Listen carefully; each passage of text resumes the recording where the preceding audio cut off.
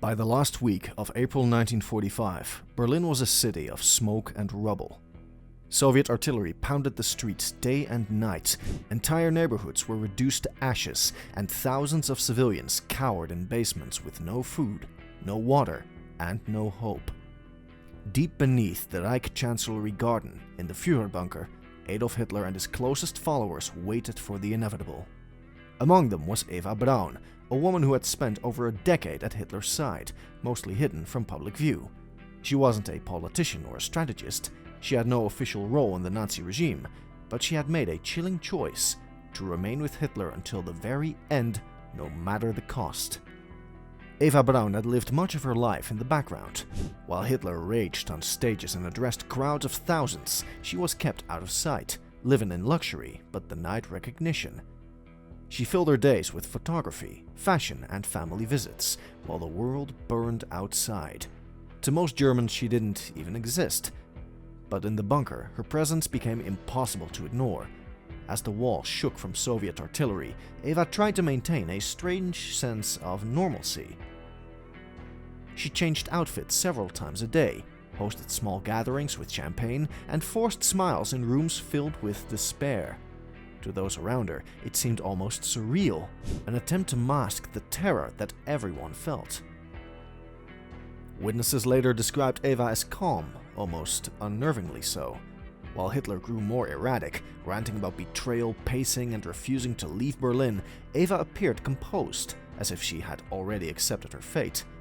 One bunker staff member recalled, "She was the only one who seemed at peace. She smiled, she comforted, but we all knew she had chosen death." This composure wasn't naivety. Eva knew exactly what was coming. She had written letters to friends earlier, stating that she would never abandon Hitler. She was just 33 years old, with her entire life ahead of her, yet she chose to bind her fate to a collapsing Reich and a doomed man. While Berlin above collapsed into chaos, civilians shot in the streets, soldiers deserting, fires raging, the bunker below became its own tomb. The air was damp, thick with cigarette smoke, and the dim lamps cast eerie shadows along the narrow corridors. Eva Braun stayed close to Hitler, her presence a quiet reminder of his humanity even as the empire he built disintegrated. Those who saw them together in those last days noticed something unsettling. She didn't try to persuade him to flee. She didn't argue. She simply stayed, smiling, loyal to the very end. By April 28th, Hitler's empire had shrunk to a few square blocks. The Soviets were closing in, their guns so close that the bunker wall shook with every shell. And yet, Eva Braun remained by his side. To her, there was no alternative. She had chosen her path long before. If Hitler was to die, she would die with him. The stage was set, and in less than 48 hours, that decision would be carried out in a way that was as chilling as it was final. In the early hours of April 29, 1945, while Soviet artillery rattled the walls of the Führer bunker, Adolf Hitler and Eva Braun did something unthinkable. They got married. The ceremony was short, almost absurd in its normalcy given the circumstances. Conducted by a minor official in a dimly lit room, it lasted only minutes. Hitler wore his military tunic. Eva wore a simple black dress. Witnesses included Joseph Goebbels and Martin Bormann, men who had stood by Hitler through every phase of the war. When the papers were signed, Eva Braun finally became Eva Hitler. For years she had been hidden in the shadows, denied recognition as Hitler's partner. In the ruins of his empire, she got the title she had always wanted, but it came at the very edge of death. After the ceremony, a strange celebration took place. Champagne was poured, and the small group of bunker survivors toasted the new couple. Yet the mood was not joy. It was eerie, grim, and heavy with the knowledge that they were toasting not a future, but an ending. Witnesses later recalled Eva smiling brightly, almost giddy, while Hitler remained somber and withdrawn.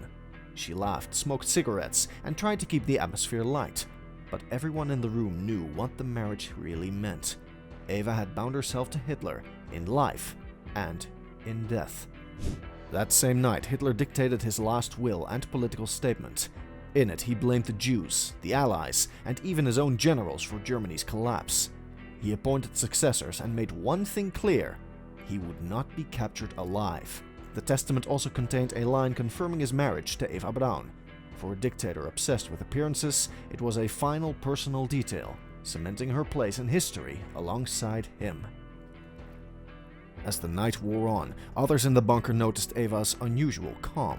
While officers argued over escape routes and Hitler ranted about betrayal, Eva seemed strangely at peace. She told a confidant, "I'm happy to die at his side." She was 33 years old.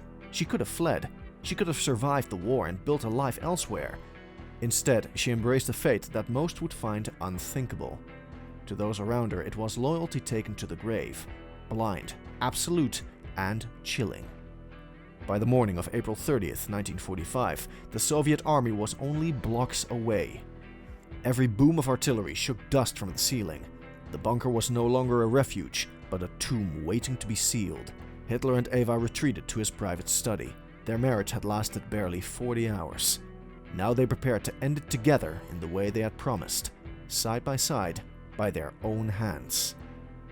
Witnesses outside the room later recalled Eva walking calmly beside Hitler. She wore a simple blue dress. There were no tears, no hesitation. She had made her decision days earlier. While others in the bunker debated escape, she told them firmly, "I will never leave him.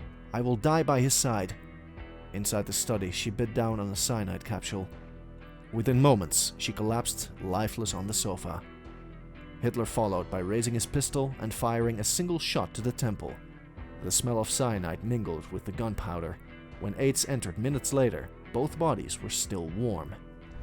According to Hitler's instructions, the corpses were to be destroyed so that they would not be captured and displayed like Mussolini's body in Milan. His aides wrapped the bodies in blankets, carried them up the narrow bunker stairs, and laid them in a shell crater in the Chancellery garden.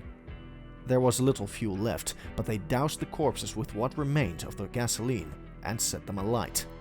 Flames rose briefly, licking at the clothing and hair. Yet the fire was incomplete. Soviet shells pounded the area, forcing the guards to flee inside. The bodies smoldered, half-burned, their identities still visible. 2 days later, Soviet troops stormed the Reich Chancellery. In the garden, they discovered the charred remains. The corpses were mangled, burned, and partially buried in rubble. Yet dental records would later confirm their identities. For the Soviets, it was a grim trophy. The dictator who had unleashed war across Europe reduced to a pile of scorched flesh alongside the woman who chose to die with him. Eva Braun's end was brutal not only in its method, but in its erasure. She was consumed by fire, her body reduced to fragments, her name forever tied to Hitler's downfall. Eva Braun never held office, never gave orders, never commanded armies. Yet her choice to remain and die beside Hitler turned her into one of the most haunting figures of the war's end. To some, she was a victim of manipulation. To others, she was complicit through silence and privilege. What is undeniable is that her final act was not resistance, but surrender to devotion. She was 33 years old, with her life ahead of her, yet she embraced cyanide and fire rather than a world without Hitler. Mussolini's corpse was mutilated by mobs in the streets. Hitler's was burned in secret. Eva Braun's body shared the dictator's fate, charred, broken, and hidden in rubble. Her last hours serve as a chilling reminder of how blind loyalty can lead not only to destruction, but to oblivion. In the end, she vanished in smoke and ash, forever bound to the man who destroyed millions, and condemned to history as a symbol of love in the service of evil. What are your thoughts on this? Let us know in the comments below. If you liked the video, don't forget to like and subscribe to the channel.